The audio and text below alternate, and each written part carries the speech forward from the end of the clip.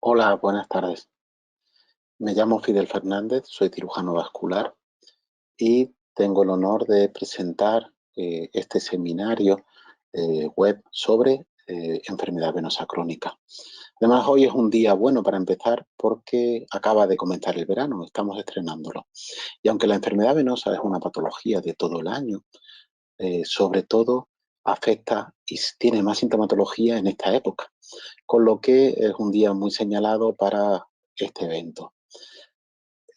Con nosotros va a estar esta tarde Francisco Mora, que es médico de familia, máster en diabetología y coordinador del Rising Star de Cataluña, de la red GDPS, es investigador principal del Esperanza COVID y de la Fundación IDIAP.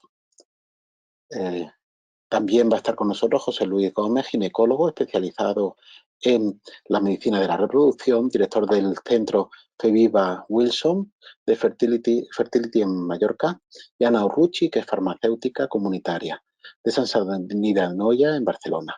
Es diplomada en nutrición clínica y dietética de nutrición humana, con lo cual también nos va a poder hablar un poquito sobre ese aspecto, lo cual es bueno para enriquecer la enfermedad venosa. Yo he sido presidente del capítulo de Flebología, que es la parte de nuestra especialidad que se dedica específicamente al estudio y al tratamiento de la patología venosa. Soy máster en Salud Pública y Gestión Sanitaria por la Escuela Andaluza de Salud Pública, profesor de la Universidad de Granada de cirugía y especialista de cirugía vascular con ejercicio privado y público en Granada. Así que, sin más dilación, creo que lo fundamental es que veamos el aspecto diferencial de cada una de esas patologías desde esas 4 vertientes y luego tendremos un rato para debatir y para contestar cualquier pregunta que se os ocurra. Así que sobre la marcha, en el chat, pueden ustedes ir ya, conforme se les vaya ocurriendo, ir preguntándonos. Muchas gracias de nuevo.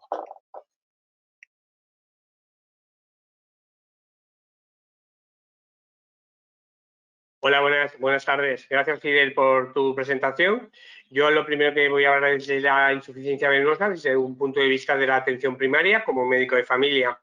Empezaremos a comentar sobre todo que la insuficiencia venosa es la gran desconocida, dijéramos, ¿no? A veces, porque un 70% de los pacientes que acuden a nuestras consultas presentarán un cierto grado de insuficiencia venosa. Podemos encontrar incluso un 53% con varículas, un 35% con varices y hasta un 2% con úlceras cutáneas.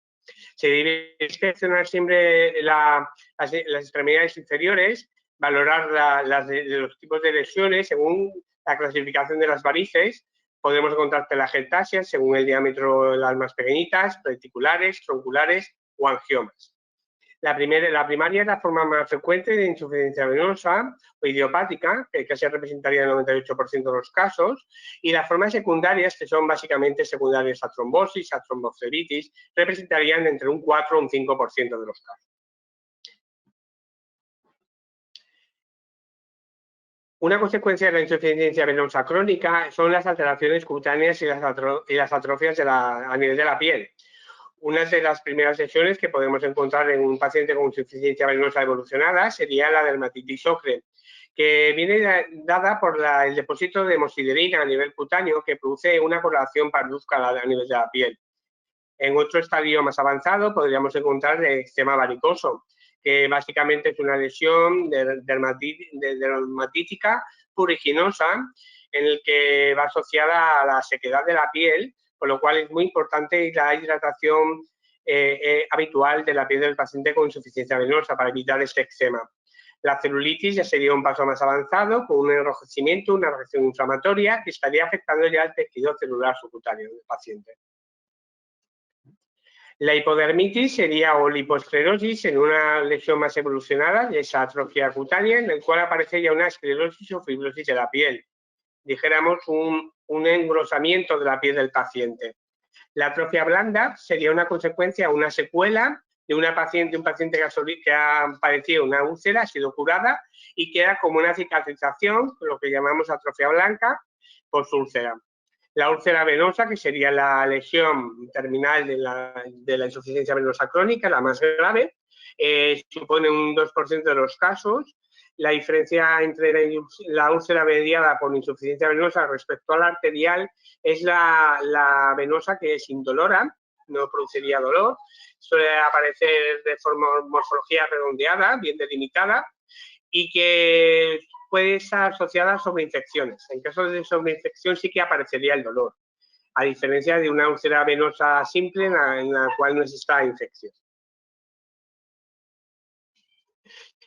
Si nos hablamos del tratamiento de las medidas a adoptar ante un paciente con insuficiencia venosa, con un grado de recomendación C, deberíamos destacar las medidas higiénico-dietéticas del paciente. Por un lado, destacar el hacer ejercicio físico, tener en cuenta el peso del paciente, ya que el sobrepeso o la obesidad es un factor de riesgo de insuficiencia venosa, elevar las extremidades en reposo, las duchas frías, utilizar, como hemos comentado, una buena hidratación de la piel y una buena higiene para evitar esa dermatitis propia de insuficiencia venosa, evitar la obesidad, la inactividad física, el ortostatismo prolongado, que va a ir asociado a un empeoramiento de esa insuficiencia venosa.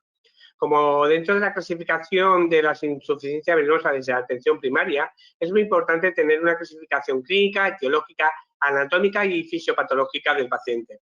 Desde un punto de vista clínico, haremos una valoración de si es sintomática o asintomática esta insuficiencia venosa y, por otra parte, haremos una mención al tipo de lesión que presenta el paciente, partiendo desde la lesión más elemental, que sería la C1, serían las telangiectasias, partiendo luego hacia las varices. En un grado 3 aparecería ya el edema a nivel de la extremidad inferior, y ya aparecería en un grado 4 y 5 que habría cambios cutáneos sin atrofia o con atrofia. Y por último, el grado 6, que serían los cambios cutáneos asociados a la úlcera activa.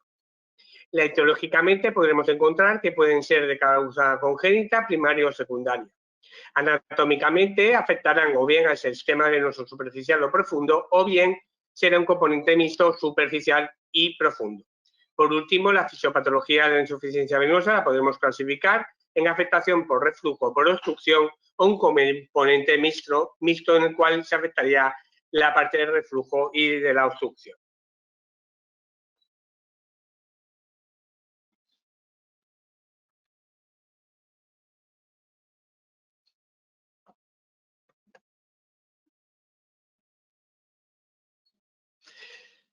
Dentro de la terapia compresiva, que es un grado de recomendación A, que es el pilar fundamental médico para el tratamiento de la insuficiencia venosa crónica, dentro de la atención primaria utilizamos sobre todo lo que es el vendaje y la media elástica, sobre todo la media elástica.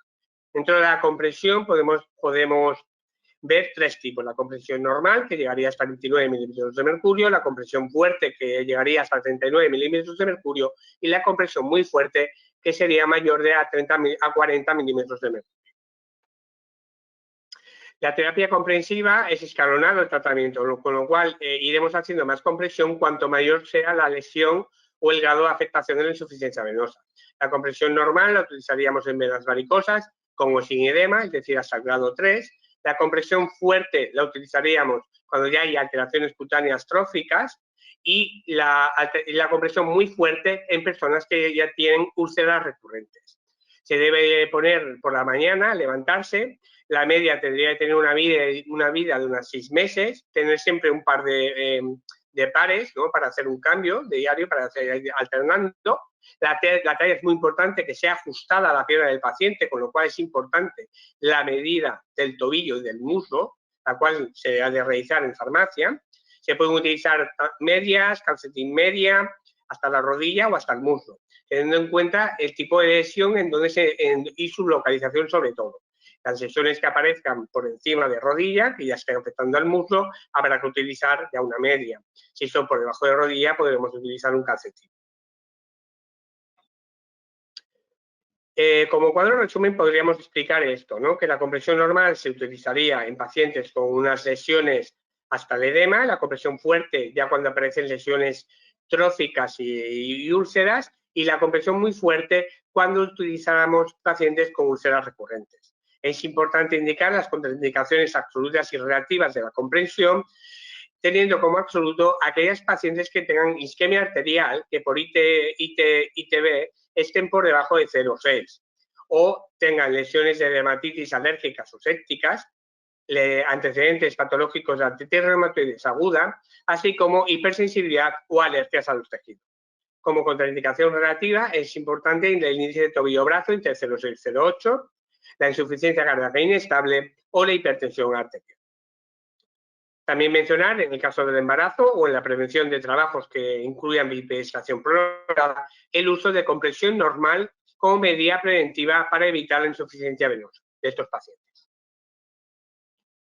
Si hablamos ya del tratamiento farmacológico, el uso de monotónicos está recomendado por el motivo siguiente. La eficiencia está probada con una triple acción de protección de las paredes venosas, de reducción del edema y de fomento de la microcirculación y de la oxigenación. El tratamiento sinérgico del uso combinado de la terapia compresiva con el uso de venotónicos es exponencial y el uso unido de la terapia compresiva más venotónico es mayor que el uso de cada uno por separado. Hay evidencia de una mayor eficacia de las serutinas respecto a la dioximina y de la hiperidina, tanto en la mejora de los síntomas del edema como en la microangiopatía del paciente con insuficiencia venosa.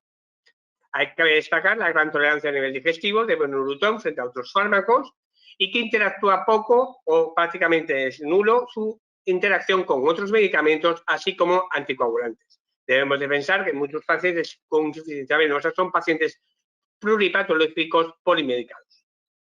Por otra parte, existen estudios en que se ha observado una mejora de calidad de vida demostrada con sorutinas versus diosmina, mejoría de un 46% y de esperidina, una mejoría en un 15%. Tiene una buena adherencia al tratamiento, previene, por tanto, el deterioro del sistema venoso y evita la aparición de úlceras en paciente con insuficiencia venosa. Tiene un papel primordial en el paciente diabético, un paciente de riesgo cardiovascular, y tiene un papel muy importante también para evitar las complicaciones propias del síndrome protrombótico. Por todo lo demás, muchísimas gracias y espero que haya sido de su interés.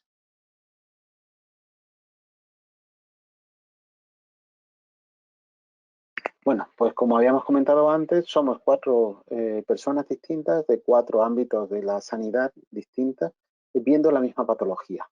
Eso quiere decir que a veces diremos cosas un poquito diferentes, pero cada uno va a dar su visión. ¿Cuál es la visión mía? La mía es la del cirujano vascular. El cirujano vascular es el médico sobre el que, en teoría, pivota esta patología. Nosotros somos los especialistas del diagnóstico, del tratamiento médico, del tratamiento quirúrgico de la enfermedad venosa.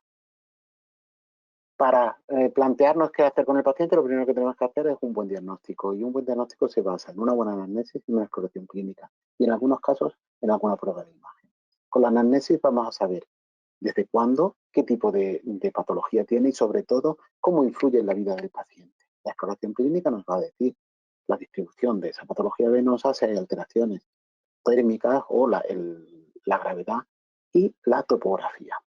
Pero para saber de verdad qué es lo que está pasando necesitamos una prueba que es la que vamos a usar en el 90 y pico % de los pacientes, que es el estudio con ecodoppler-color. El estudio de ecodoppler-color nos va a decir la distribución anatómica y al mismo tiempo nos va a decir la hemodinámica, cómo funciona ese sistema venoso, en dónde hay reflujo y cómo podremos corregirlo de la mejor manera. También durante ese acercamiento al paciente vamos a saber cuáles son las preferencias del paciente, su repercusión sobre su calidad de vida y su repercusión sobre su situación laboral y familiar.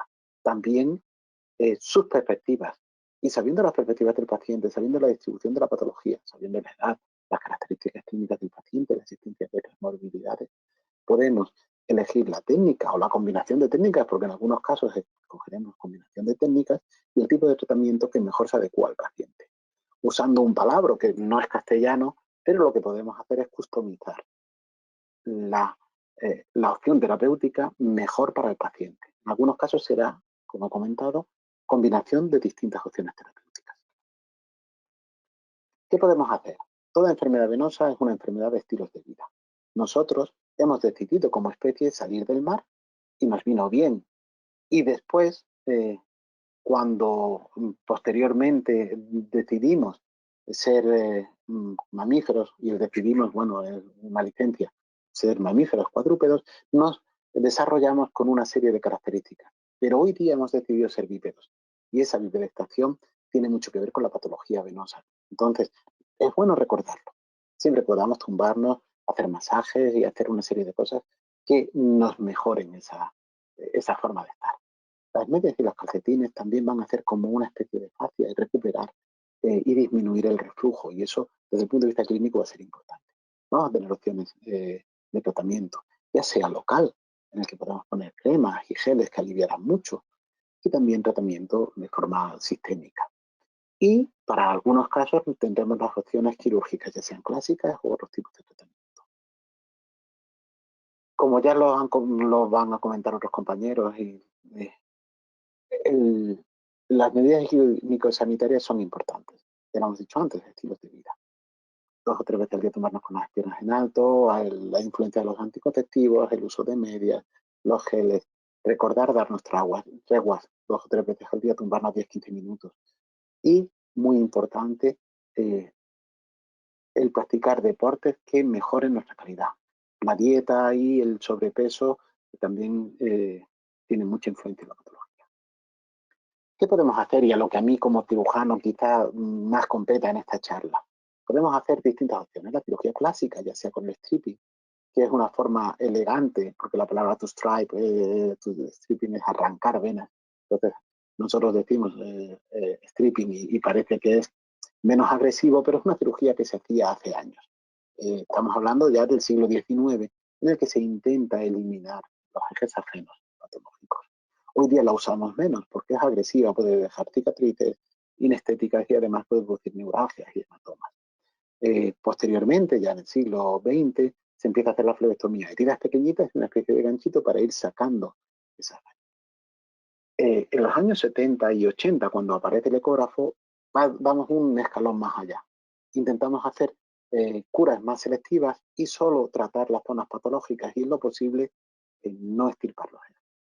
Pero todavía podemos hacer un paso más allá, que es, en vez de hacer heridas, hacerlo desde punción, llevando los catéteres o llevando alguna sustancia dentro de la vena y evitar cualquier tipo de herida quirúrgica.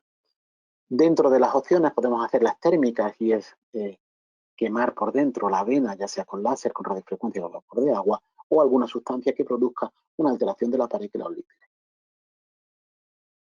Claro, todas estas técnicas pueden combinarse y podemos escoger una u otra en función, como habíamos comentado, de las preferencias del paciente, de las opciones que tiene a mano el cirujano y del desarrollo y la evolución de la enfermedad. En general, la cirugía clásica, como hemos comentado, era eliminar las venas varicosas mediante heridas. Tiene la ventaja de que podría hacerse mucha cirugía con anestesia en un solo acto, pero puede dejar cicatrices y neuralgias. La cura Chiva, Asbal y Miller son, en principio, con menos cirugía, se pueden hacer, o sea, con menos heridas quirúrgicas, se pueden hacer con anestesia local. Y la cura Chiva lo que intenta es reconducir los flujos y recuperar la hemodinámica venosa, y la técnica ASBAL sobre todo aborda un compromiso estético. En cualquiera de los casos, igual que también con la cirugía clásica, las recidivas, y en todas las técnicas que hagamos las recidivas es importante. La escleroterapia lo que hace es, mediante la punción dentro de las venas, intentamos cerrar y obliterar esas venas. Tienen un resultado estético muy bueno y puede repetirse una y otra vez y acompañar al paciente a lo largo de la vida. Las técnicas que hemos comentado mediante cateterismo, láser radiofrecuencia y tienocrilato son similares en cuanto que no hay herida, y son similares también en que solo nos permite tratar los ejes, no podemos hacerlo para varices reticulares ni para telangiectasias, y que tiene un fungible costoso. ¿Cuál sería la mejor opción? La mejor opción es combinar esas técnicas y customizar, entre comillas, para ir usando la que sea mejor para cada paciente en un momento determinado. Y recordar que es una enfermedad que va a lo largo de la vida. Habitualmente la escleroterapia es la que suele usarse sola o en combinación de otras para la mayoría de la patología a lo largo del tiempo. Muchas gracias.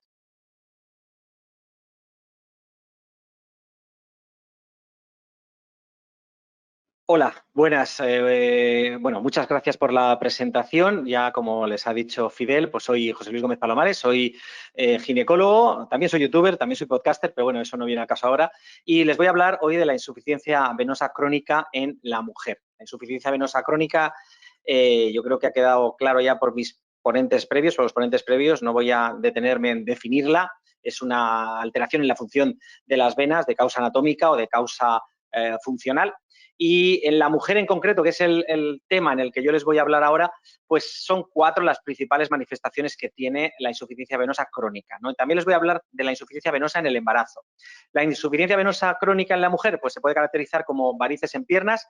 Es la manifestación más evidente en la mujer, las varices. Puede llegar hasta un 15 o 20% de mujeres van a padecer varices en las piernas. También una entidad que vemos los ginecólogos que es las varices vulvares. No son muy frecuentes, un 4% de mujeres, pero en el embarazo puede llegar hasta un 7% y es una entidad que también podemos tratar y que tenemos que estar alerta, ¿no? El síndrome de congestión pélvica también, un 15% de mujeres van a tener varices pélvicas. No siempre eso significa que van a tener un cuadro de congestión pélvica, pero los ginecólogos muchas veces lidiamos con el dolor pélvico crónico y muchas veces se nos puede escapar la idea de que puede estar un síndrome de congestión pélvica varicoso como causante de fondo de esta patología, ¿no? Y también las hemorroides que pueden ser patológicas en la mujer y también en el embarazo, ¿no?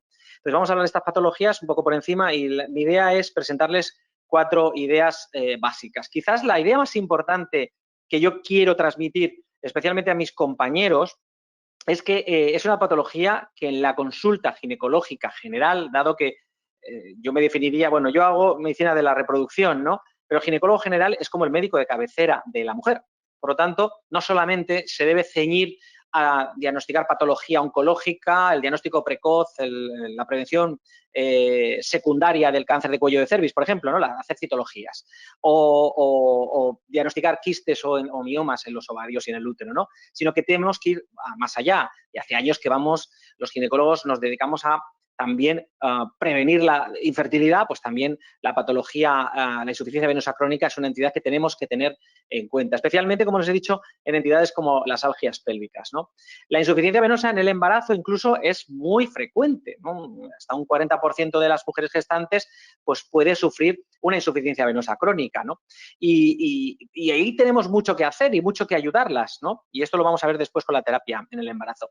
En el embarazo está claro que las alteraciones, puede haber origen genético, una predisposición genética, pero fundamentalmente se debe, la aparición de varices en la mujer embarazada se debe a 2 razones: cambios hormonales, la elevación de los estrógenos produce una activación del eje renina-angiotensina y esto provoca que haya un aumento de la volemia que puede aumentar hasta un 40-50%, ¿vale? Y esto va a provocar una congestión vascular que puede llevar a esas varices. Y también se puede producir pues esos cambios obviamente anatómicos, un aumento de la presión intraabdominal, un aumento de volumen de comprensión por la propia gestación.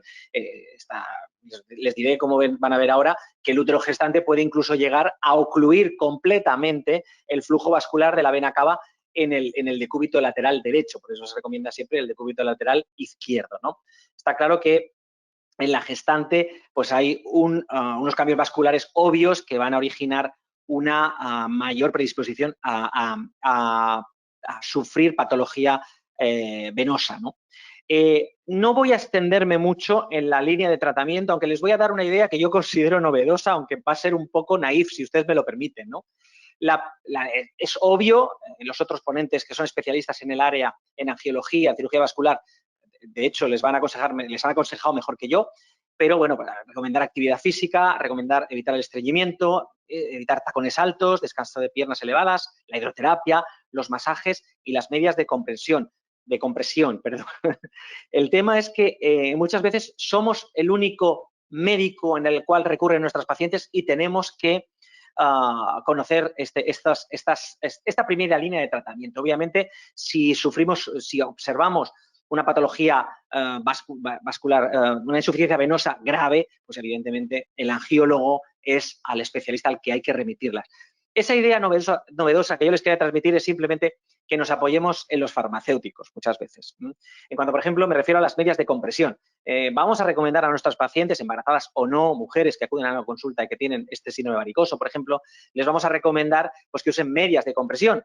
Y muchas veces es una entidad que nosotros no manejamos, no somos especialistas en todo, pero una de las cosas que últimamente agradezco es que hay más profesionales especializados que tienen mucho más conocimiento que nosotros, por ejemplo, Ana, que está en este seminario con nosotros, que van a saber aconsejar a los pacientes, a nuestros pacientes mucho más de lo que nosotros sabemos. Por lo tanto, apoyémonos también con los farmacéuticos. El tratamiento farmacológico de la insuficiencia venosa de primera línea, ya no les voy a hablar del tratamiento quirúrgico, que especialmente en el embarazo pues no está indicado, pero hay armas que podemos utilizar en esa primera línea de tratamiento, como son las oxerrutinas. Las oxerrutinas son ni más ni menos que antioxidantes, son bioflavonoides, están presentes en muchísimas frutas, por ejemplo. Hay bioflavonoides en la parte blanca de las naranjas, esa parte que muchas veces cuando pelas la naranja quitas el blanco, pues eso es muy rico en antioxidantes, el bioflavonoide, así que ustedes no quiten la parte blanca de la naranja, que también se puede comer. Y las oxerrutinas son unos bioflavonoides derivados de una planta que se llama la rutina y de ahí se extrae, por ejemplo, el benorutón, ¿vale? Es la oxerrutina que ha demostrado eficacia en el tratamiento de la insuficiencia venosa crónica. Las estinas, el castaño de Indias, son sustancias que producen un aumento de la liberación de prostaglandinas. Este hecho, que pueden ser útiles en la insuficiencia venosa de la mujer no embarazada, pero especialmente estarían contraindicadas en el embarazo porque esta liberación de prostaglandinas, pues lo que va a producir es, evidentemente, una liberación de prostaglandinas en el embarazo es lo que menos podemos desear. Ya saben ustedes que hay fármacos análogos de las prostaglandinas que se utilizan para la interrupción de los embarazos, por ejemplo, ¿no? Y luego también hay otros compuestos como la fracción flavonoica purificada y micronizada que han demostrado utilidad. Yo les diría que estos fármacos son eficaces y que se pueden incluso usar en el embarazo. Es decir, es seguro utilizar las oxerrutinas y la fracción flavonoica purificada y micronizada. Es seguro utilizar el benorutón en la gestación, ¿vale? Siempre, como digo aquí en esta presentación, y quiero agradecer esta cita bibliográfica porque hay un artículo excelente que ustedes pueden buscar, publicado por Rodríguez Nora en el 2017, una revisión excelente sobre este tema, donde se deja claro que las oxerrutinas son seguras en la gestación. La ficha técnica nos va a decir que solamente se puede administrar a partir del 4.º mes, en el 2º y 3er trimestre.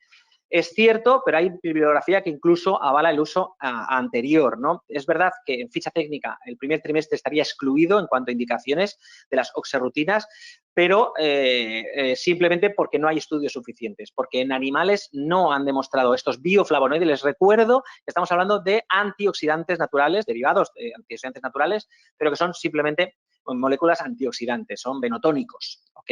Entonces, bueno, también recordarles algo importante, las hemorroides en el embarazo, que en benorutón, por ejemplo, pues no está en la ficha técnica como una indicación, pero es importante conocer que incluso el Ministerio de Sanidad, en la guía de práctica clínica de la asistencia al embarazo y al puerperio normal, pues el propio ministerio avala el uso de las oxerrutinas de benorutón para el tratamiento de las hemorroides en la mujer embarazada. O sea que, bueno, ya vamos a acabar y una cosa importante, quizás las pinceladas es oxerrutinas, benorutón es seguro en el embarazo, apóyese usted en el farmacéutico y una idea importante como ginecólogo que quiero transmitir es que hay cuidado que en determinados casos habrá que añadir heparina a una mujer embarazada, ¿no? Y este es el protocolo de la Sociedad Española de Ginecología y Obstetricia del año 2014 sobre la enfermedad tromboembólica en la gestación, donde dice que a una mujer embarazada si padece un síndrome varicoso grave y además tiene dos factores de los que tienen ahí delante de riesgo, uno de ellos puede ser 35 años, que tenemos muchas pacientes con esas edades ya, afortunadamente, paridad mayor a 2, deshidratación, la inmovilidad de 3 o más días, la gestación múltiple, un índice de masa corporal mayor a 30, que también cada vez tenemos más pacientes, fumadoras, una paciente con infección, preeclampsia, hiperemesis o incluso pacientes que hayan tenido una técnica de reproducción humana asistida.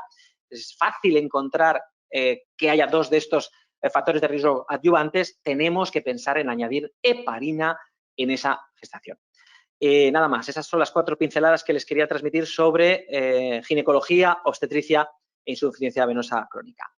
Nada, muchísimas gracias y cuando quieran luego pues podemos debatir lo que ustedes quieran.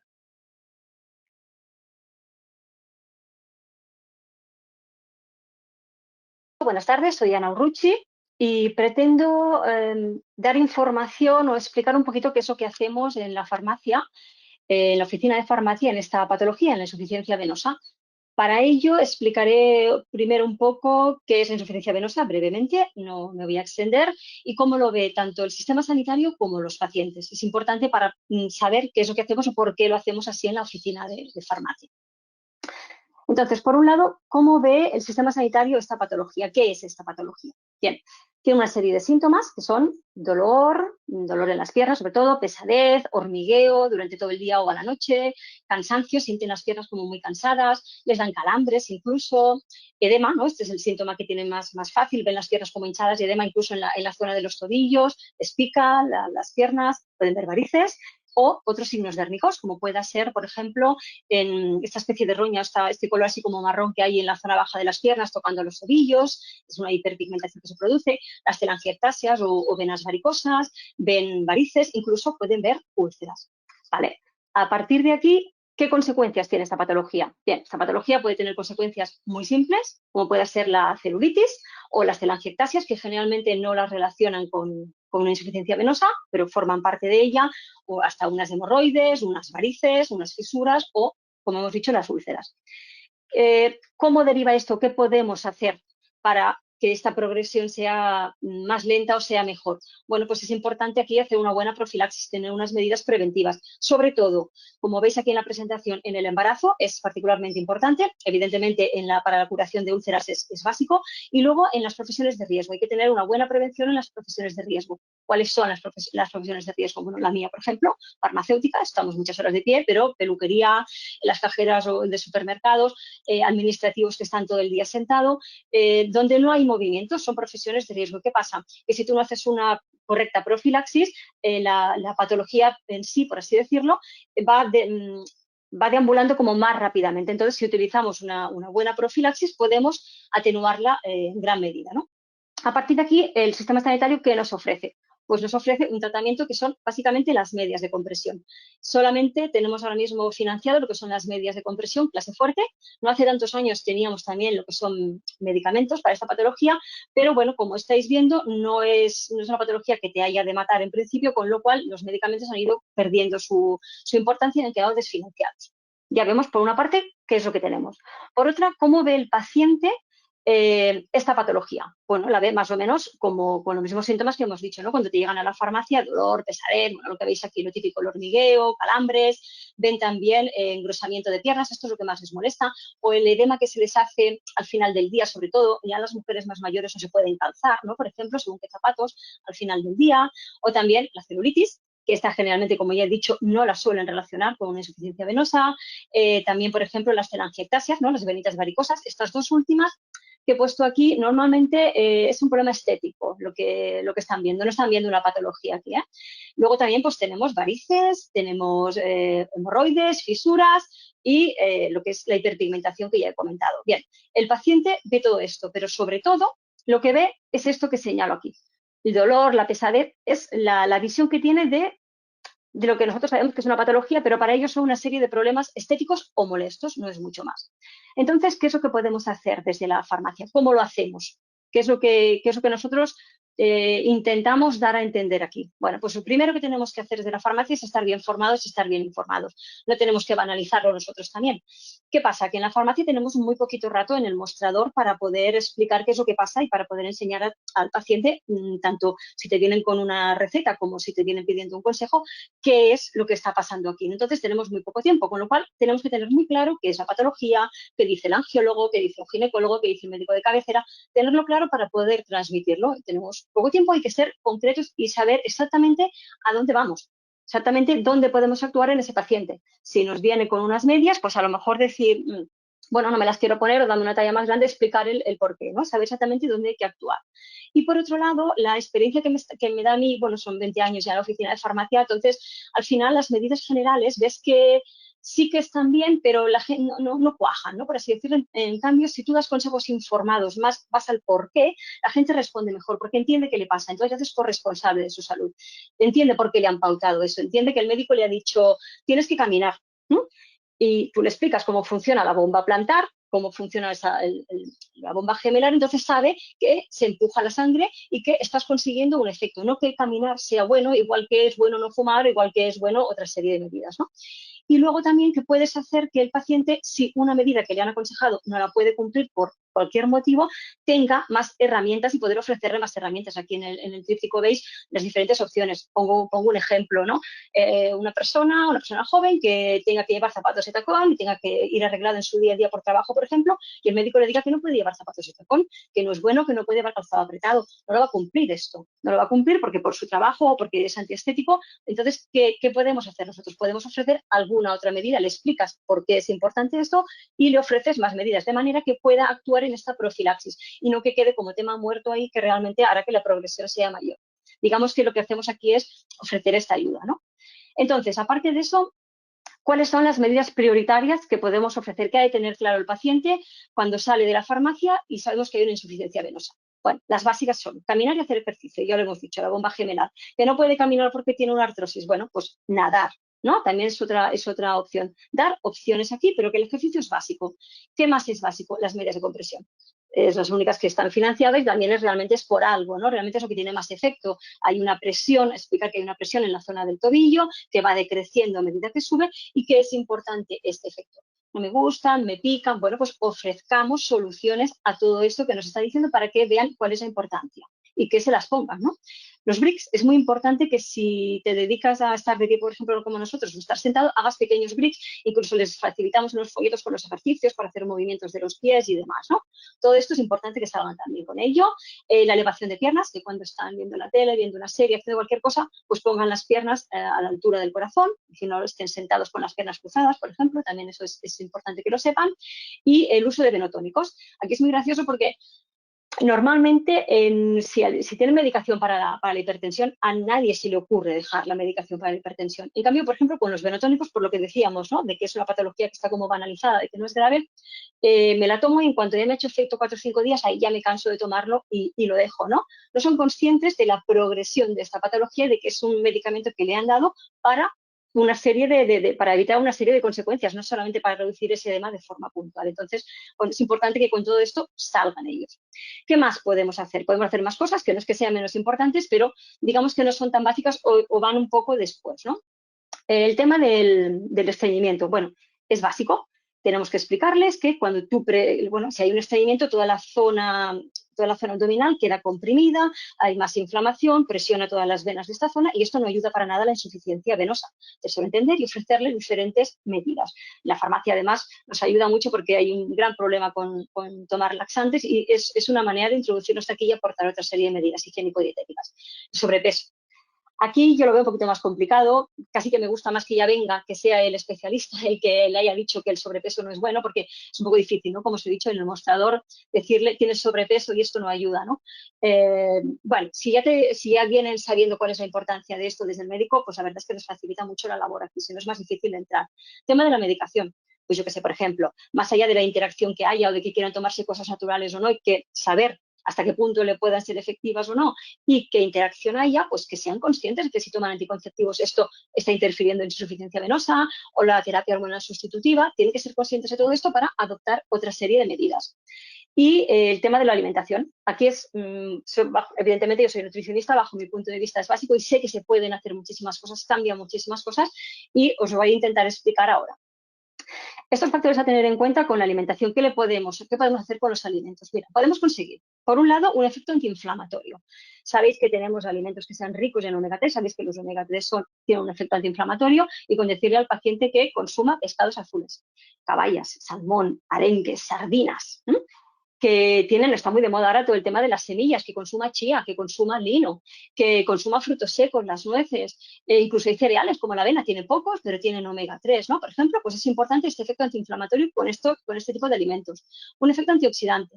No se le da suficiente importancia bajo mi punto de vista. Vemos el tema de los antioxidantes siempre más como en el envejecimiento, pero realmente el efecto antioxidante, si hay una inflamación en el cuerpo, que en esta patología la hay y en general todos estamos inflamados, se producen muchos radicales libres. Si tú no paras esos radicales libres, estás perpetuando la inflamación. La base de un venotónico es este efecto antiinflamatorio que tiene con los antioxidantes, ¿no? Con estas sustancias.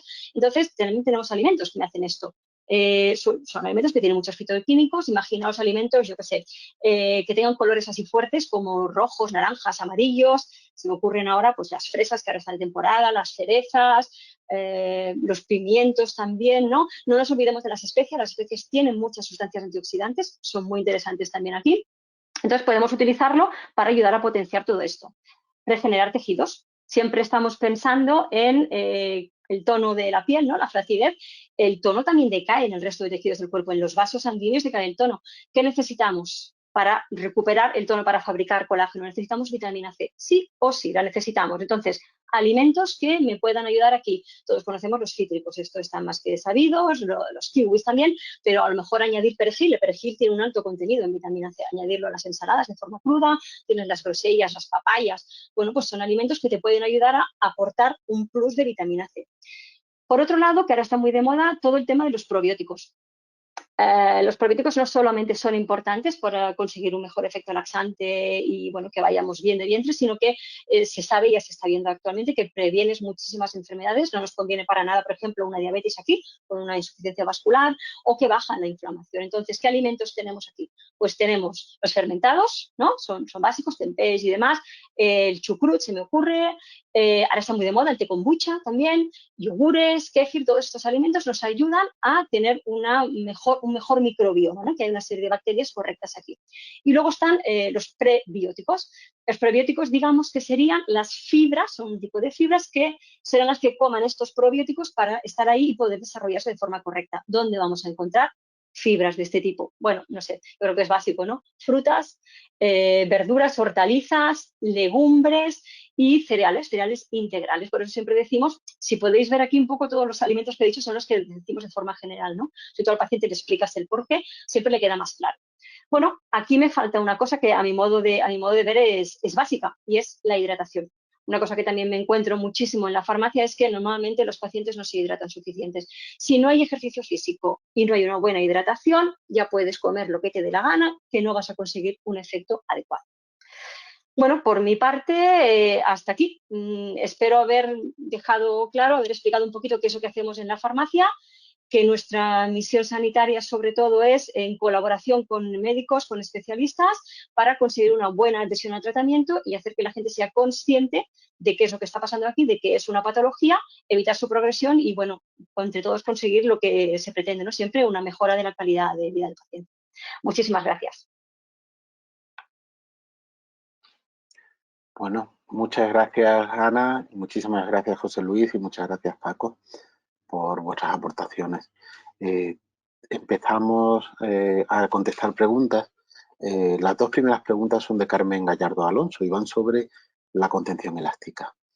El tema de las medias tiene muchísimos peros porque a veces se toleran mal y entonces la compliance a esa contención elástica no suele ser muy adecuada, sobre todo cuando los pacientes son obesos. Lo primero que nos es cuando alguien no soporta bien las medias porque tiene picor, si hay alguna otra posibilidad. Hemos hablado de medias de compresión normal, de 20-30 mililitros de mercurio, de medias de compresión fuerte. Hay una opción que a veces puede funcionar, que es las medias de descanso, las medias de compresión ligera, 10 mililitros de mercurio. Se toleran muy bien porque son muy suavitas y pueden ayudar en esos pacientes. Incluso el truco de ponerse una media larga de 10 milímetros de mercurio con una media corta encima de 20, hará una buena compresión en pantorrilla y clínicamente se va a tolerar mucho mejor. Y si se tolera mal a media mañana, se puede uno quitarla de fuera. Eso, por ejemplo, en embarazadas con un panty y una contención en pantorrilla puede ayudar. Pero tenemos otros trucos. Los geles fríos, las treguas 2 o 3 veces al día tumbado también descansan muchísimo, y los masajes. Y yo creo que la combinación de todas esas cosas pueden ayudar.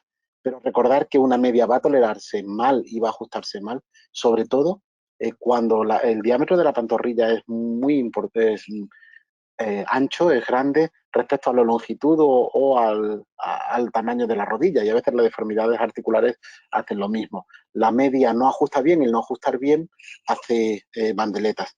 Otra posibilidad serían las medias a medida, que son mucho más caras, pero en algunos casos también puede ser alguna solución buena. De todas maneras, si queréis alguno de los tres aportar, la media en el embarazo o en la oficina de farmacia o en primaria, alguna idea vuestra, yo creo que eso es lo que nos pide la gente. Quien quiera, libre está para empezar. Yo personalmente ya os digo que... ¿Me oís? ¿Se oye bien? Sí, pues yo delego, lo de las medias de compresión delego en el farmacéutico, ¿vale? Y tengo alguna farmacia aquí en Palma como de referencia que sé que les van a aconsejar bien, porque yo creo que los ginecólogos en general, como ginecólogo general os hablo, pues no usamos estos truquillos que dices tú, Fidel, ese tipo de cosas no las manejamos tanto, pero cada vez nos encontramos un apoyo en el farmacéutico estupendo, ¿eh? O sea que por ahí no he tenido quejas, vamos. Desde la farmacia sí que os puedo decir... Perdona. No sé quién estaba hablando. No, que era pues un poquito para refrendar lo que había comentado el compañero José Luis, ¿no? Y lo que tú muy bien has dicho, Ana, ¿no? Lo importante de la farmacia, ¿no? Como comenté en mi presentación, es que sobre todo en la farmacia es cuando se tiene que hacer la medida, ¿no? Y que realmente se vea si se ajusta o no a la persona y si va a ser capaz de tolerar o no el producto, ¿no? Y esto, la farmacia tiene un papel como farmacia comunitaria tremendo. Esto no lo tenemos ni siquiera en el centro de salud, porque tú estás justo en el momento del contacto del paciente o usuario con el producto, ¿no? Y ese papel es fundamental. Y cada vez es verdad que contamos con el apoyo vuestro, que es primordial. Yo añadiría aquí a los consejos que habéis dado, es verdad que los geles fríos y demás realmente facilitan, pero a nosotros nos gusta más una buena crema hidratante una vez que se han quitado las medias, porque al fin y al cabo los geles no dejan de tener son geles hidroalcohólicos normalmente y resecan. Por eso mismo resecan. Entonces, si tú después de la media pones una buena crema nutritiva, evitas estos picores mucho más. Y luego lo que decía es, tomamos las medidas siempre, se intenta ir a la casa de la persona porque tiene que ser por la mañana, estirado, nada más levantarse, o bien hacer que el paciente esté estirado. Yo donde trabajo concretamente es farmacia y es ortopedia también, con lo cual la titular, que es la ortopeda en este caso, domina el tema. Y la diferencia entre unos tejidos u otros o la toma de medidas, medias ya a medidas, sí que es verdad que la diferencia de precio es notable, pero también es verdad que personas que no podían llevar medias solicitan, dame otro par porque noto frescor, me encuentro mejor, puedo hasta dormir con ellas porque es que no me las quiero quitar. O sea, hay una diferencia abismal entre un tipo de medias u otro. Y explicar todo esto, al menos que el paciente se vaya con todos estos comentarios y que luego él decida, ¿no? Qué es lo que puede hacer y se puede permitir o que le va mejor. Eso es cierto.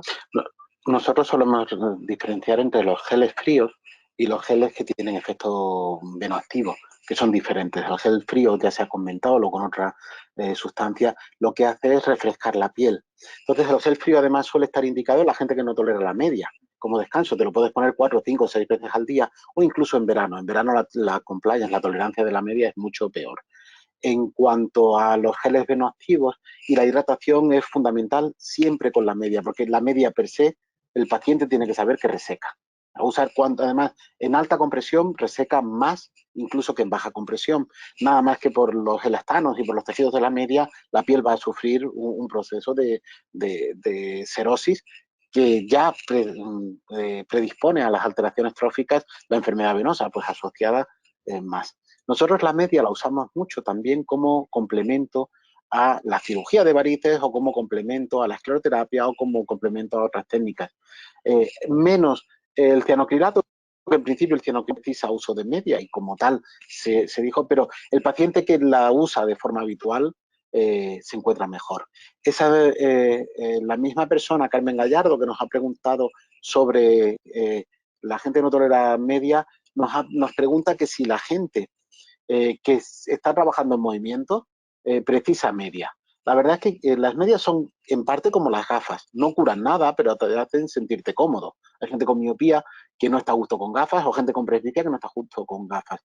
Pero quien tiene una buena tolerancia a la media y anda, está incluso mejor, porque a fin de cuentas la media lo que hace es una fascia por fuera de la pierna. Lo mismo que hace el sistema venoso profundo, lo que hace el músculo con el sistema venoso profundo, que lo exprime y ordena el flujo a nivel de las extremidades inferiores, direccionándolo por la válvula. El sistema venoso superficial no tiene fascia por fuera. Entonces la media haría una especie de polaina que permitiría mejorar el retorno y además disminuye el edema a lo largo del día. Así que nosotros a los pacientes que hacen ejercicio les recomendamos que usen la media si la llevan bien. En el agua, por ejemplo, tenemos un efecto parecido. Cuando estás dentro del agua, la presión hidrostática que te produce estar dentro de un fluido hace una especie de efecto de media, que además con ese frescor que produce el mismo agua mejora mucho. No solo el rato que estás en la piscina, sino que se mantiene al día siguiente. No sé si vosotros recomendáis uso de medias en gente activa y sobre todo la hidroterapia o el aquagym o la natación. ¿Ana? Sí. O Paco, Yo sí. desde luego. Además Sí. puedo decirlo por voto propio. Yo tenía problemas circulatorios y tenía problemas de insuficiencia venosa y desde que hago aquarunning, desde luego la cosa ha cambiado notablemente. O sea, sí que lo recomendamos. Sobre todo también porque la gente más mayor muchas veces enviarles a caminar sí que lo hacen o correr otro tipo de deporte quizás no les va tan bien y en cambio el hecho de nadar les sienta fantástico a todos, para casi todo, no solamente para la insuficiencia. Sí. Y la limitación articular.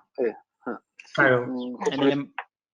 En mi caso, en el embarazo, pues es uno de los deportes o de los ejercicios que más recomendamos a las embarazadas. Es muy típico. Nosotros, por ejemplo, pues un poco para situaros, yo lo que hago es intentar embarazarlas. O sea, descubrimos el embarazo aquí porque son transferencias de embriones o inseminaciones y hay muchísimas pacientes que están haciendo pues mucho ejercicio, se hace mucho y lo primero que te preguntan es si puedo seguir haciendo este tipo de ejercicio y muchas veces son ejercicios muy anaeróbicos, etcétera, y lo que hacemos es cambiarles a ejercicios más aeróbicos tipo la natación, que aquí está claro que tienen un papel muy importante. Así que sí, por supuesto, la hidroterapia, la natación es fantástica. En el embarazo me refiero. O en cualquier ámbito de la vida. Sí, no, además hay que tener en cuenta, como muy bien comentó Ana, que es una enfermedad, bueno, y también José Luis, los tres, realmente, que es una enfermedad evolutiva y que desde el primer momento que una persona ya empieza a tener telangiectasias, ya empieza a tener, ¿no? Ya hay que empezar a cuidar esas piernas, ¿no? Y más que antes sí que había una visión de la media como algo horroroso, ortopédico, pero ahora es que hay una variedad tremenda, incluso visualmente, ¿no? De calcetín, ¿no? Que se puede llevar perfectamente, que hace una compresión no fuerte y que tienen un precio razonable totalmente y que también va a ayudar a que esa progresión de la insuficiencia venosa desde las primeras fases de la patología pueda hacer que la progresión sea menor, ¿no? Pues ayudar, o sea que yo creo que lo importante, la clave es dar el tratamiento de manera preventiva desde el primer momento, ¿no? El primer momento, no ya cuando tenemos una insuficiencia venosa con atrofia cutánea, lesiones tróficas, ya no digo ya si tenemos úlceras, ¿no? Estamos perdidos, ¿no? O sea, hay que tener una cultura de que el paciente joven, a partir de los 35, 40 años, probablemente 40 años seguro, que ya se tiene que empezar a cuidar bien las piernas, ¿no? Y esa circulación venosa. Hay una cosa que el aquagym y la gimnasia en agua ayuda mucho, que es a la gente más mayor que tiene un sobrepeso, nada más que sumergirte dentro del agua ya hace que estés quemando calorías y ayuda, en lo que comentaba antes Ana, de tener un buen peso o disminuir el índice de masa corporal o el perímetro abdominal, que es lo que usamos nosotros más como factor de riesgo de patología arterial, más que de patología venosa, pero todo está imbricado. Y también la gente con patología articular de rodillas, al estar dentro del agua pesa menos. Y ese pesar menos también machaca menos las articulaciones y se puede hacer una gimnasia muy buena y que además recuperas mucha movilidad, casi es como una fisioterapia, usando el aquagym. Si aparte le sumamos el efecto lúdico que tiene el agua para casi todos nosotros desde pequeños, también ayuda, ¿no? Yo hay un tema que sí quería sacar, que es el problema estético. Hace mucho y además la calidad de vida se machaca muchísimo. Cuando uno tiene arañas, que muchas veces los médicos le dicen, mire, eso no es importante, eso es estética, eso no es una enfermedad. Pero tener que decidir qué ropa te pones en función de tus piernas puede ser triste. Para alguna gente no solo triste, sino agobiante. O sea, el usar falda pantalón y llevar faldas largas en verano o no atreverse a ir a la piscina o a la playa por las arañas, eso roba mucha calidad de vida. Y tiene una solución relativamente fácil, que es la escleroterapia. No sé si vosotros, los pacientes en la farmacia o en primaria o tus enfermas después de un embarazo, se quejan de lo feas que se le quedaron las piernas después del embarazo, ¿no? ¿Qué os parece? Pues como queráis. Ana. Yo lo que sí que veo en la Empezamos. farmacia al respecto de lo que has dicho es que me preguntan si pueden, pero ya he respondido a esta pregunta antes, si pueden hacerse escleroterapia, cada cuánto pueden hacérselo. Porque sí que es verdad que es un problema estético, como tú has dicho, está clarísimo. Y me preguntan, según he entendido que has dicho, no hay problema en irla repitiendo las veces que sea necesaria, ¿no? Es una enfermedad que te acompaña de por vida y la escleroterapia te puede acompañar de por vida. Paco, ¿qué veis en primaria? No, que me parecía muy interesante la apreciación que comentaba sobre que, por desgracia, dentro del sistema, la cartera de servicios, del sistema público de salud, pues está limitada, ¿no? Está limitada y realmente hasta que no está el proceso ya muy avanzado no interviene lo que sería la parte quirúrgica. Claro. Pero evidentemente que Sí, dime. No, que la parte psicoemocional, de gestión emocional, de pues eso, ¿no? Que al fin y al cabo somos seres sociales, vivimos en una cultura determinada y todo esto, claro, que afecta a nivel, puede afectarte, evidentemente. Sí. Claro. Lo que pasa es que si 2/3 de la población adulta tiene algún grado de insuficiencia venosa, si se tratase todo sería una locura. Claro, sería una locura. Evidentemente. José Luis, las embarazadas a partir del segundo embarazo típicamente tienen varices. ¿Vosotros lo advertís a las pacientes, lo sufrís, entre comillas, con ellas cuando vienen a revisión, las varices vulvares, las varices pelvianas? Sí. Yo creo que, como he dicho antes en la presentación, es una entidad que hay que tener presente. Es verdad que tener varices pelvianas, por ejemplo, pélvicas, pues no significa que tenga las algias pélvicas que puedan tener sean derivadas a eso.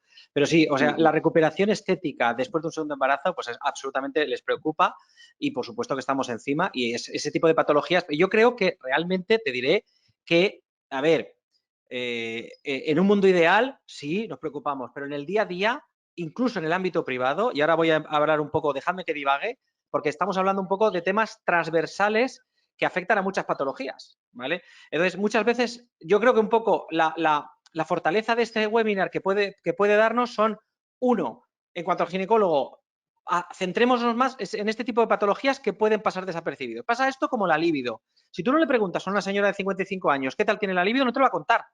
O incluso la incontinencia de orina, ¿vale? Entonces, tú, si no se lo preguntas, pues, hola, ¿qué tal, María? Vamos a hacer la revisión, fenomenal, ¿cómo está? Todo muy bien, venga. Y vas con el frenesí y realmente ni le has preguntado si tiene picor vaginal, ni le has preguntado cómo tiene la libido, ni le has preguntado una serie de cosas que son importantes. Pues esto igual, ¿no? Es decir, sí, por supuesto que lo vemos, pero muchas, no sé qué es, por ejemplo, unas varices vulvares que a ella le preocupen, etcétera, pues muchas veces incluso pues hacer la citología y no te paras, ¿no? Y es lo que os digo, la fortaleza de este webinar es paremos un poco, ¿vale? Ya os contaré 4 ideas que estoy teniendo.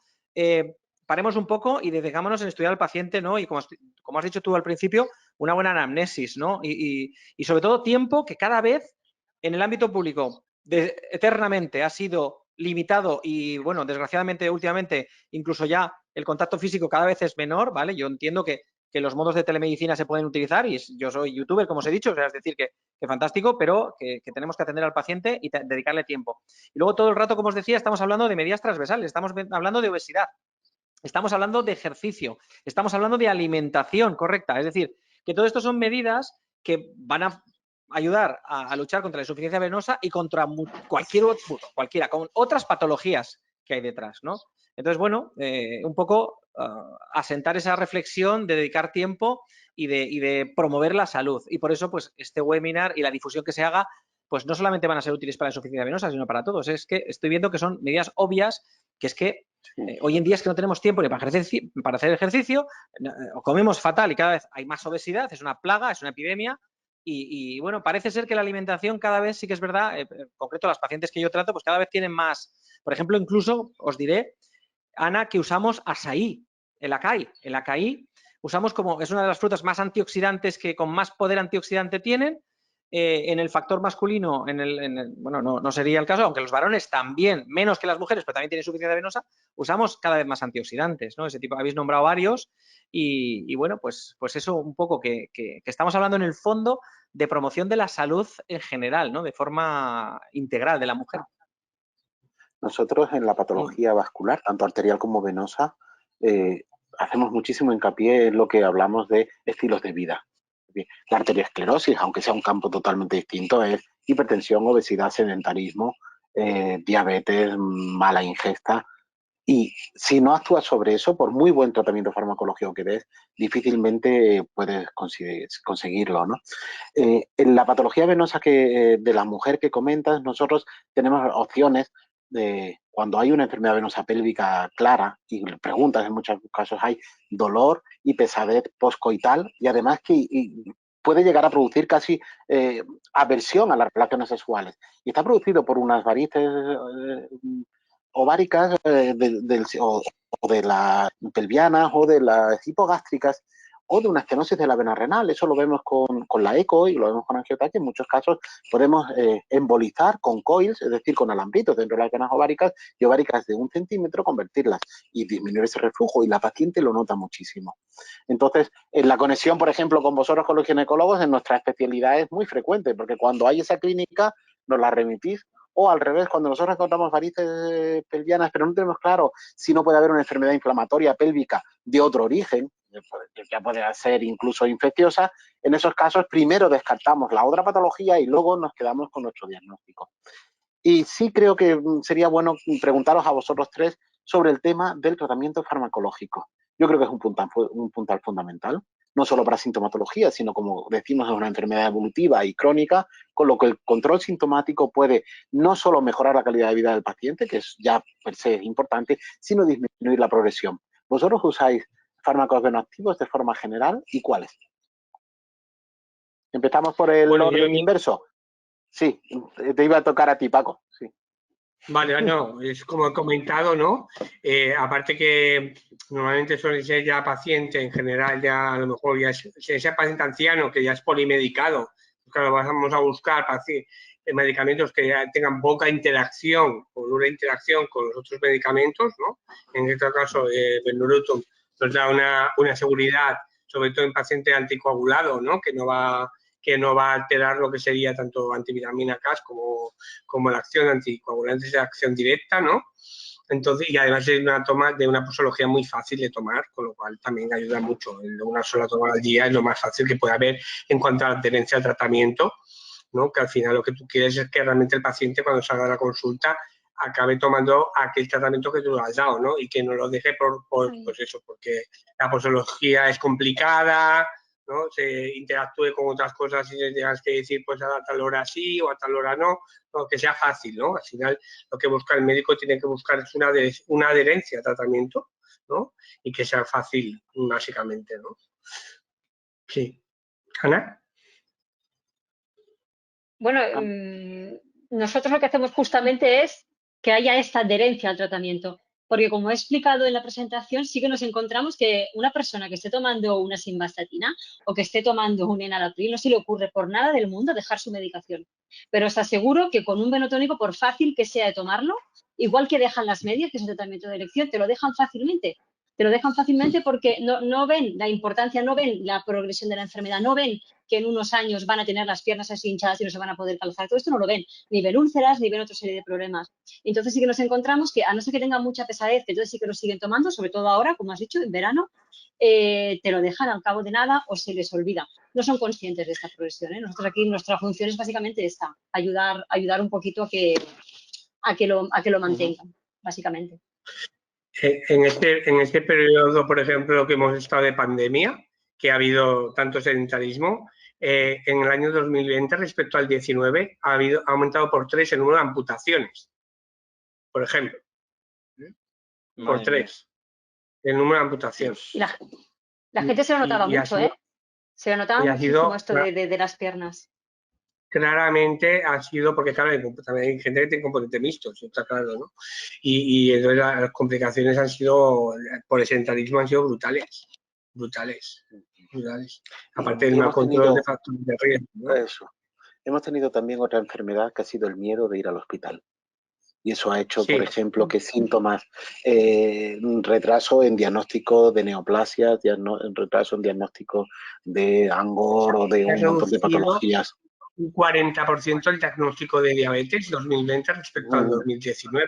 No es que haya habido menos diabetes, es que simplemente no se les ha diagnosticado. Sí, ha sido, todavía no somos capaces de poder ponerle números a lo que hemos sufrido, lo que todavía nos queda por sufrir, pero posiblemente va a ser un tema de estudio en los próximos 10-15 años, la pérdida de calidad de vida en una sociedad, la pérdida de calidad sanitaria, la pérdida económica y la calidad mental, o sea, las depresiones y esta enfermedad ha sido mucho más que ya per se tiene una carga brutal, que ha sido los fallecimientos por COVID y las secuelas del COVID, pero también ha producido muchísimas secuelas a una sociedad y, por desgracia, va a seguir produciéndolas. Por eso lo que comentaba antes José Luis de hacer algo transversal, yo creo que es importante. Tenemos que intentar hacer que la gente viva más sana, coma mejor, haga más ejercicio y en gran parte es intentar que sean más felices. Porque cuando te sientes mejor contigo mismo, todo mejora y eso, quieras que no, es una ayuda importante. Por eso antes yo decía que la gente no se asuste o no tenga miedo de mirarse las piernas en el espejo, que a veces los pacientes te lo dicen, mire usted, doctor, me duelen las piernas cuando me pruebo ropa. Y dices, bueno, ¿cómo que le duelen las piernas? Y dice, no, me duele mirármelas. El dolor de todos los días, eso ya lo tengo, pero aparte es que me cambia mucho la vida. Y, por ejemplo, en momentos tan críticos como un posparto, que siempre es un momento duro, el tener problemas asociados es algo que empeora la calidad de la paciente y de todo el entorno, ¿no? Y es una cosa que nos tenemos que plantear, que a veces con pocos, como tú comentabas de forma transversal, con pocos cambios podemos conseguir muchos beneficios, ¿no? Y quizás los fármacos venotónicos, las medias, todo hecho un conjunto, que la gente se dé cuenta que hay muchos pequeños pasitos que pueden conseguir muchos beneficios.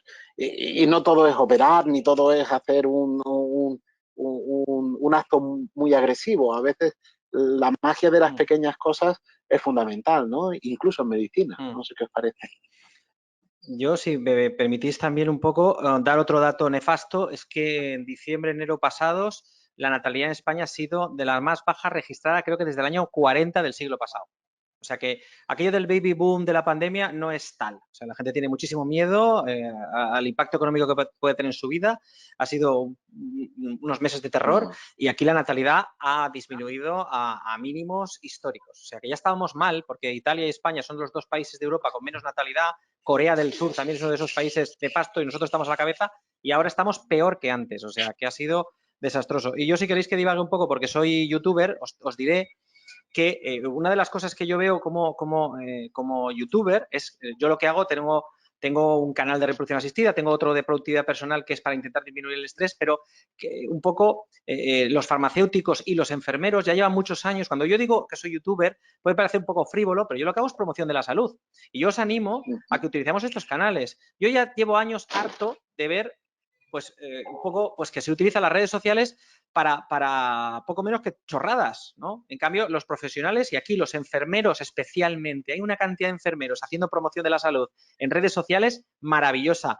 Y farmacéuticos. Boticaria García es, no sé cuántos seguidores tiene esta chica, pero tiene muchísimos. Entonces nosotros, todo el rato, los médicos quizás, nosotros somos yo sé de los que estamos un poco ahí en la avanzadilla diciendo que hay que utilizar las redes. Yo tengo un vídeo ahora sobre pólipos endometriales que está disparado, tiene 5.000 y pico visualizaciones, que vale, no son millones, pero que estoy ayudando, ¿no? Yo me hice médico pues para ayudar a la gente, o sea, yo disfruto ayudando, ¿no? Entonces, un poco las redes sociales, la difusión que se puede hacer de esto, compártanlo ustedes cuando lo tengan a todo el mundo, denle like, no a mi canal, sino a Estada, porque es ayudar a promocionar la salud, simplemente. y es que, bueno, y otra cosa que quería deciros es la simbiosis entre el vascular y el ginecólogo, porque tú, Fidel, las has apuntado antes, claro, las algias pélvicas crónicas pueden ocultar otras cosas, como has dicho, una enfermedad pélvica inflamatoria, pues puede ser, es difícil, pero puede ser también, pero podemos tener detrás una endometriosis, que es un 15% de las mujeres que sufren infertilidad, tienen de fondo una endometriosis que no se ve. Es decir, evidentemente, si tenemos un síndrome varicoso ovárico, pues también hay que estar esa... O sea, y otra cosa importante, os diré una anécdota o de un estas que ovario cuento en los canales. poliquístico, por ejemplo. Un ovario poliquístico, cualquier cosa que tenemos que estar. O sea, yo me acuerdo cuando hacíamos yo antes trabajaba en Madrid y teníamos estudiantes del máster de la Sociedad Española de Fertilidad que venían por la clínica a rotar, estudiantes dominicanas, por ejemplo, me acuerdo, y ellas se sorprendían de que pidiéramos interconsultas en la privada, por ejemplo. No, pues usted la manda al vascular, usted la manda no sé qué. Y decían, pero no te van a decir que tú no sabes. Y yo decía, no, es que yo no sé de vascular. Es que yo sé un poco de lo mío. Ya sabéis que un médico es un señor que sabe muy poco de medicina, muy poco, pero un poquito más que los otros. ¿Vale? Eso no sé quién lo decía, pero un poco reconocer eso. Entonces, lo que he dicho antes, la cooperación farmacéutico, vascular, médico de cabecera, ¿no? Ese flujo que hay que potenciar y, por supuesto, para nada sentirse que por desviar a un vascular no sabes tú de lo tuyo. Pues el vascular a lo mejor te la devuelve, como has dicho tú, Fidel, perfectamente. Oye, tengo esta paciente con un síndrome de congestión pélvica que probablemente esté derivado de esas varices ováricas, pero es que mírala porque a lo mejor tiene un fibroma que está comprimiendo no sé dónde y tiene un mioma, o a lo mejor tiene una endometriosis. Y la endometriosis es otra de esas enfermedades crónicas, muchas veces infradiagnosticadas, que cuando la persona la descubre hay mucho que hacer, mucho que mejorar, y puede ser que una persona esté deambulando por especialistas sin ninguna afiliación de esa patología y ningún tratamiento específico. Es un poco un discurso de youtuber que os doy, pero recordad que es un youtuber enfocado a la promoción de la salud, básicamente. Os dejo sin palabras, pero bueno. No, el uso de redes es importante. Nosotros en Granada tuvimos una fusión hospitalaria que era un atentado por la salud y los que teníamos redes sociales, ya fuese en Facebook o en Twitter o en Instagram, con unos cuantos de miles de seguidores, conseguimos revertir aquello y lo revertimos en redes. Perfecto. De primera. Perfecto. Y luego en la calle. O sea, es una herramienta, yo creo que todas las herramientas son buenas. El hecho de usar todo lo que sea para promoción de salud es válido. Tenemos otra pregunta de María Jesús Pandilla que creo que introduce un tema que es importante. La diferencia, la prescripción y la financiación. Tendemos a pensar siempre que hay una sanidad unidireccional, que es la del sistema sanitario público. De primeras, no todos los pacientes son atendidos en ese sistema, hay otros sistemas y a veces hay diferencias en cómo abordar y también hay diferencias en cuanto a comunidades. Hoy por hoy, por lo menos en la mía, es verdad lo que ella pregunta, el Soludexide tan solo tiene financiación durante 3 meses, pero tan solo tiene financiación en casos graves de enfermedad venosa crónica, es decir, edemas graves, alteraciones tróficas y úlceras abiertas, es decir, en un C3 grave, en un C4 cuando hay alteraciones tróficas y en C5 y C6 que son úlceras. En esos casos tan solo se financia por 3 meses, aunque la úlcera se mantenga más tiempo, pero sí puede ser prescrito. No es lo mismo prescrito que financiado. Prescrito es cuando un médico dice que se ponga algo, yo puedo prescribir gafas o lentillas, pero eso no quiere decir que estén financiadas. O puedo prescribir un implante dental, pero no está financiado. Entonces, hay una diferencia que quizá hay que tener en cuenta. Los enfermos con enfermedad venosa crónica, que es una enfermedad para siempre, pueden beneficiarse del uso de fármacos venoactivos, incluso en periodos prolongados, que el estival, pero las limitaciones del sistema sanitario público en cuanto a la financiación son diferentes. Así que yo no sé si vosotros queréis aportar más sobre eso, pero es verdad que nosotros, el Dispector o el visado, solo se nos permite para 3 meses, pero nosotros mandamos fármacos venoactivos que no están financiados y se lo explicamos así al paciente. ¿Vosotros tenéis en eso problemas? ¿En la oficina de farmacia, por ejemplo, o en primaria? Bueno, yo creo o que en cine? hace unos años, cuando pasaron a no ser financiados, pues sí que la gente, bueno, se quejó, ¿no? Evidentemente. Pero a partir de que el momento, ya ha pasado bastantes años de eso, y ahora a día de hoy, pues bueno, la gente ha asumido que que los fenotónicos no están financiados. Pero igual como tú has dicho muy bien, el tema de las gafas, el tema, hay muchas cosas que tú necesitas, ¿no? Gafas para... Él tiene gafas, yo tengo gafas, ¿no? Y a mí nadie me las paga. Pues eso no está financiado. Sí, la gente se va Los acostumbrando recursos son poco a los que son. poco, pero es verdad que les cuesta, porque además, si no lo especificáis claramente desde la consulta, como sobre todo, claro, la oficina de farmacia nos viene con la receta, ¿no? Receta electrónica, y tanto si está financiado como si no, además hay también mucha polémica con esto. Nosotros cualquier medicamento, a no ser que sea una especialidad publicitaria o así, requiere receta. Requiere una receta. Entonces, dentro de la misma receta hay medicamentos que son financiados y medicamentos que no son financiados. Y si no especificáis que este no está financiado, la persona realmente, a no ser que lo vaya utilizando, que ya sepa cómo funciona, dice, bueno, ¿qué es lo que pasa? ¿Por qué tengo que pagar yo de este medicamento tanto dinero? ¿Por qué tengo que pagarlo entero? Porque no son aún del todo conscientes. Porque además, como van sacando cada vez más tipos de medicamentos, pues bueno, a no ser que tú los utilices de forma habitual, realmente el público en general no es consciente de qué está financiado y de qué no está financiado. El cabreo por que lo esté o que no lo esté, pues bueno, como tú bien has dicho, Francisco, es en el momento, hace ya años y ya eso se les ha pasado, ¿no? Pero no son de todo conscientes, no te pienses, ¿eh? Pero bueno, yo creo que a cada vez hay, por ejemplo, habías comentado anteriormente el tema de probióticos, ¿no? Es un tema que también para mí es lo mismo, porque realmente el probiótico cada vez está más demostradísimo. De hecho, una de las causas de mortalidad que ha habido por COVID ha sido la disbiosis intestinal, de paciente diabético, enfermedad cardiovascular, anciano, obeso, justamente estos, estos son los que más han muerto, y en relación a su disbiosis intestinal y en parte también porque ha habido un reservorio intestinal, que es lo que estamos haciendo en nuestro estudio de investigación aquí en Barcelona sobre COVID persistente, ¿no? O sea, que hay cosas que realmente tienen un valor, pero no están financiados. Pero no es una cuestión del profesional sanitario que decida, es una cuestión política que sin más, es una cuestión política o burocrática que el médico no interviene y ello no invalida del beneficio o no del medicamento. Nosotros como científicos, basado en evidencia científica, tenemos que recomendar lo que la evidencia científica nos dice más allá de si está o no financiado. Sí, es curioso que se usó la tipificación de los fármacos bioactivos como de bajo valor intrínseco, terapéutico, de bajo valor terapéutico intrínseco, los que durante una época llamaron BINES, en base a evidencia científica, para desfinanciarlos. Pero es curioso que ahora, cuando ha habido metaanálisis y evidencia científica de que hay, de que su es beneficioso para los pacientes y tenemos multicéntricos, ensayos clínicos, sobre todo metaanálisis, que dicen que sirven, esa evidencia científica no sirve para refinanciarlos. Y volvemos a lo mismo, porque es el paquete de gasto es importante porque es una enfermedad muy prevalente. Una enfermedad muy prevalente como la miopía, que posiblemente, claro, las caries, la miopía y la enfermedad venosa crónica posiblemente sean las enfermedades más prevalentes que hay hoy por hoy en el mundo occidental.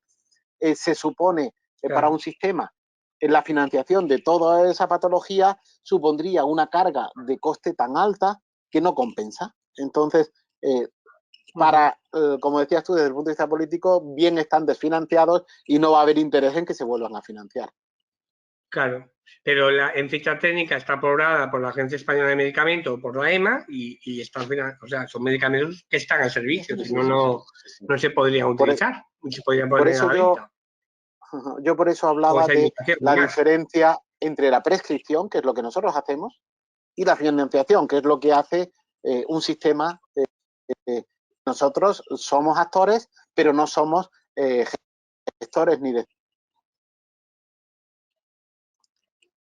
pues yo no sé si queréis aportar alguna cosa más.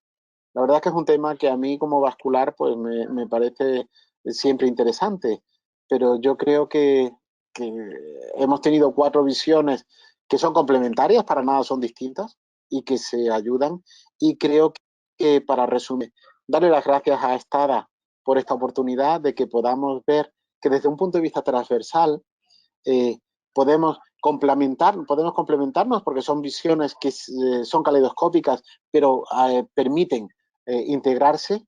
Sin farmacia nosotros difícilmente podemos llegar a los pacientes. Sin primaria difícilmente los pacientes llegan a nosotros, y el momento del embarazo y las alteraciones hormonales que producen gran parte de la carga patológica de la enfermedad venosa es fundamental. Entonces yo creo que es una idea muy buena el que estuviésemos aquí todos, y yo creo que eso tendremos que seguir fomentándolo porque funciona mucho, y me gustaría que cada uno de vosotros hiciese una pequeña despedida, porque creo que es importante que recapitulemos, ¿no? Con algún take home message, ¿no? Para que lo que veáis que vale la pena que se quede como un mensaje. Y como yo ya no vuelvo a hablar, muchísimas gracias a los tres y muchísimas gracias a los que nos han escuchado y a los que lo han hecho esto posible. Cuando queráis. Pues mira, Bueno. empezado yo. Desde atención primaria, pues insuficiencia venosa es una patología, como bien hemos comentado, evolutiva, y que lo importante es tener un sistema centrado en el paciente y colaborativo. O sea, que el sistema sea colaborativo entre todos los actores que formamos parte del sistema. Bueno, por mi parte, desde la farmacia, bueno, dar gracias a Estada porque me parece una idea fantástica el hecho de los diferentes puntos de vista. Siempre andamos desde el sistema sanitario, los sanitarios, diciendo que necesitamos comunicarnos, que tiene que ser, como bien ha dicho José Luis, algo transversal.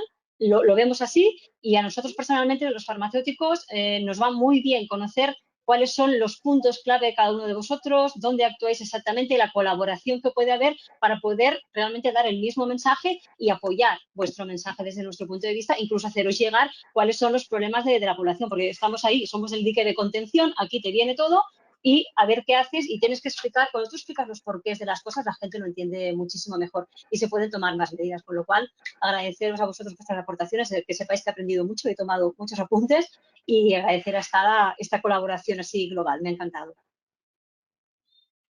Bueno, yo por mi parte, pues un poco, la idea básica es que el ginecólogo general esté alerta ante esta patología, que yo creo que muchas veces por falta de tiempo no lo estamos tanto como deberíamos, y luego pues en el embarazo las medidas físicas, el ejercicio, las medias y los venotónicos como las oxerrutinas son absolutamente seguros y se pueden prescribir. Así que nada más, eso es lo que quería. Muchísimas gracias y enhorabuena Estada por esta excelente idea, y bueno, hagamos promoción de la salud en todas partes, redes también.